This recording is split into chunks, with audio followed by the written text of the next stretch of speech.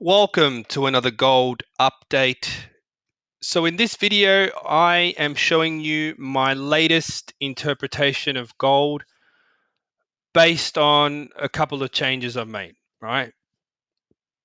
So I did come up with this before my silver idea, which I put out a few days ago, but I thought I'd let this one marinate for a bit longer because I wanted to really let it really sink in because of the confusion and the complexities of these waves over the last couple of revisions. So really, they don't do any harm, revisions. They're just sort of trying to understand the bigger picture and what we can expect, right? So my understanding of this whole move since 2009 is that we're in a D wave. So that's a zigzag. Now, the A wave in this, the ABC in this was conflicting in the first instance, or because it's a very complex pattern, right? But now I've come to the conclusion that it's just a type 2 expanded zigzag, right? And I have found lots of evidence to back this up, and a lot of it has to do with the following waves, right? So the following waves are clearly the B wave, the C wave, the D wave, which is what the latest move was up, and then now we're going to see the E wave. So I suppose all in all, this is creating a cup and handle pattern, which is fair enough. It fits in with the whole idea that the E wave generally is the handle pattern, right? And I think I have mentioned this before, but I suppose I like to get technical in terms of the waves because obviously that's how I operate, and it has to make sense on the waves. Otherwise, yeah, it's hard to proceed with the current count with a level of confidence which can help go short in certain instances, right? So fine. The floor here is 684. I don't think we're going to go anywhere near that. I do know a couple of people think 1,000 is the area, but to be honest with you, let's not really assume too much at the moment. Let's just try and play the price action the way it goes, right? So obviously, I'm expecting a move down in stock markets and a lot of other things, as I've mentioned before. So we're looking basically at a wave 3 down to really get into the meat of this move of gold. So now, having explained that, I'm going to go down to the 4-hour chart so we can just go back over these waves again. And I will switch on my count for this so you can see what the deal is according to RS Wave. Okay, so this is an E wave, the beginning of an E wave, and it started off pretty choppy, fairly choppy. And what is going on? Let's have a look. So we've got wave 1, we've got wave 2, we've got wave 1 of wave 3, and wave 2 of wave 3 appears to have ended, right? I do think that it has ended. The move that we're seeing down now, moving lower, is basically a third of a third wave in progress. Okay, so even though it's a third of a third wave, let's not get too crazy about missing the trade or anything like that. All right, because it takes time for these things to develop, and you know what, we are going to get there. So please try and be patient. Now, this here, have you noticed that I put this as a B wave?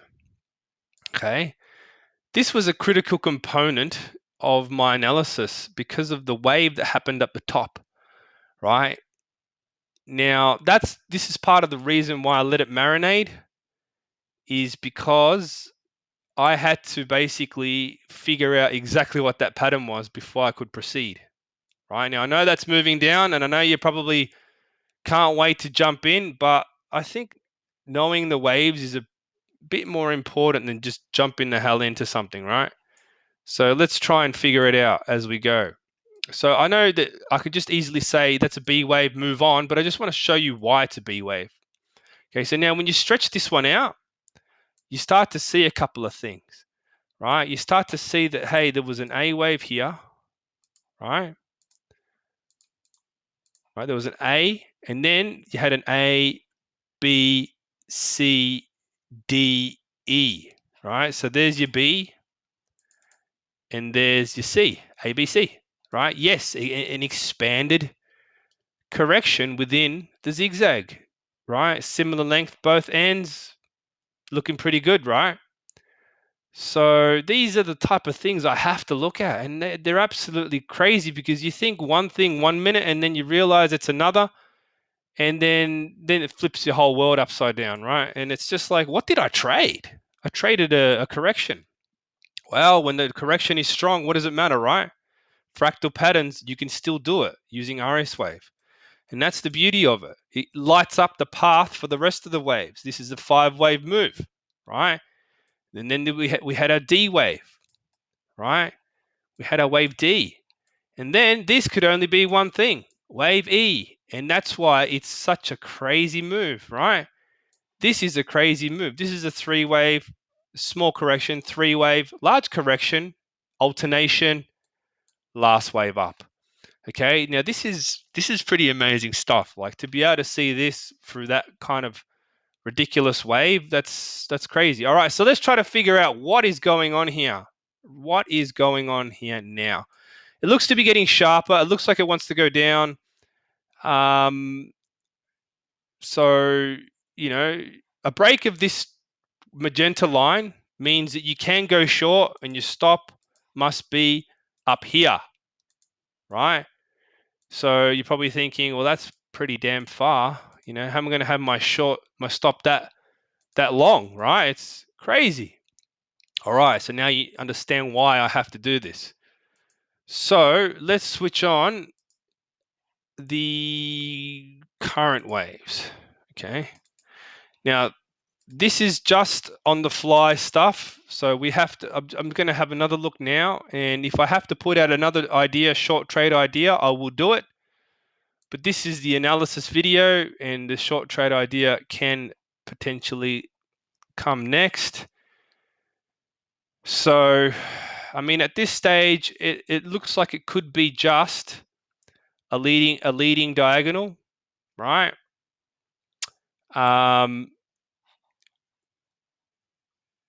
You know, it could be a leading diagonal. I would not be surprised if we had like a 1, 2, 3, 4, 5, right? That kind of thing. So even though I've got this 1 here, oh, I don't know why I did that. Don't know, like this could be like a 1, a 2, like that, a 3. Yeah, so you know, this is looking probable. 1 second.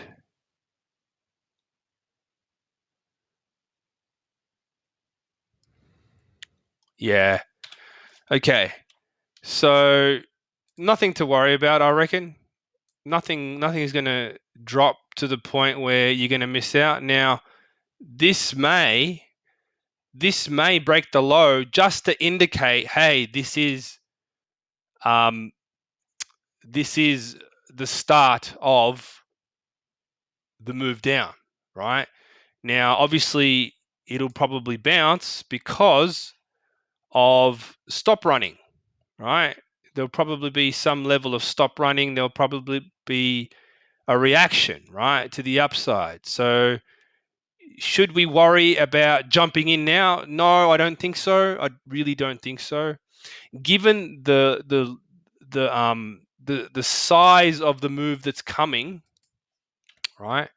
Given the size of the move that's coming, this wave 1 it's probably just setting up the first wave 1, right? So to go crazy jumping into this now is like it's a waste of time. Okay, you know, I just don't think it's worth the hassle really, because look how big your stop has to be. Where are you going to put your stop? Right, there's nowhere right now. This is pure unless unless, like, for example, it's a 1-2-1-2 scenario going on, right? It could be a 1-2-1-2 scenario. I don't think so. I really don't think so. Yeah, to me that's like it almost feels like a FOMO mentality to do that. But in case you do, where would you put your stop? Well, I reckon it would be here. It would be right there, right? If you did go short there and you really did believe that, right? But you probably get stopped out. You'd probably get stopped out because of the reaction that'll come after that.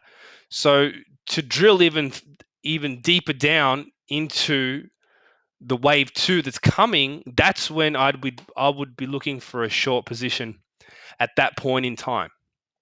Okay, so not before then, right? Because like I said, you're barking up the wrong tree.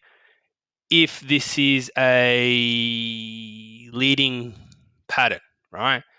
So, like, nobody can know 100% for sure, right? Like, at this point in time, I mean, you can kind of see that it's getting sharper, and the first wave was sharp and the last wave was sharp. So you're probably thinking, well, how the hell can wave 3 be the weakest looking wave? All right, if you think it's going to go lower, that's your stop level, right? If you think that maybe it'll correct, well, be patient. What can I say to you? I'm not going to say I'm right all the time. I'm going to sort of give you a couple of scenarios in what could happen, right? So I've given it to you there, right? I think don't have to go on there. I think if I did, I'd just be repeating myself. Now, that would explain what's going on, okay? That would explain it. So, yeah, I mean, be aware. This thing could just keep going down, okay? Like I told you, I'm expecting tops, okay? I don't care what anybody says. I don't care what I'm hearing on the TV or on Wall Street Bets or whatever other stuff you listen to. I don't know, right? All the gold bugs, this and that. Like, I really don't care about that. To me, it's about the waves, right? If I think that if I think there's like a bottom in gold, I'll bloody buy it, right? I'll buy physical and I'll paper trade it, right? But I don't see that yet. In fact, when it does happen, I will feel like doing that, no doubt. I'll look for the right entry point and away you go. But yeah, whatever. This is going on far too long. I'm expecting a large move down. This could be the beginning. These are the levels, right? Your stop, long-term stop, or the biggest stop, 1875. The entry point, 1802, right? Do you get in now? It's up to you. I will put out a short trade idea if I see that wave 2 correction develop, but I'm patient. I'm willing to wait to see that develop. So I'm not going to go crazy on it. I don't believe that you should. And hopefully you found this interesting and informative. Thank you for watching.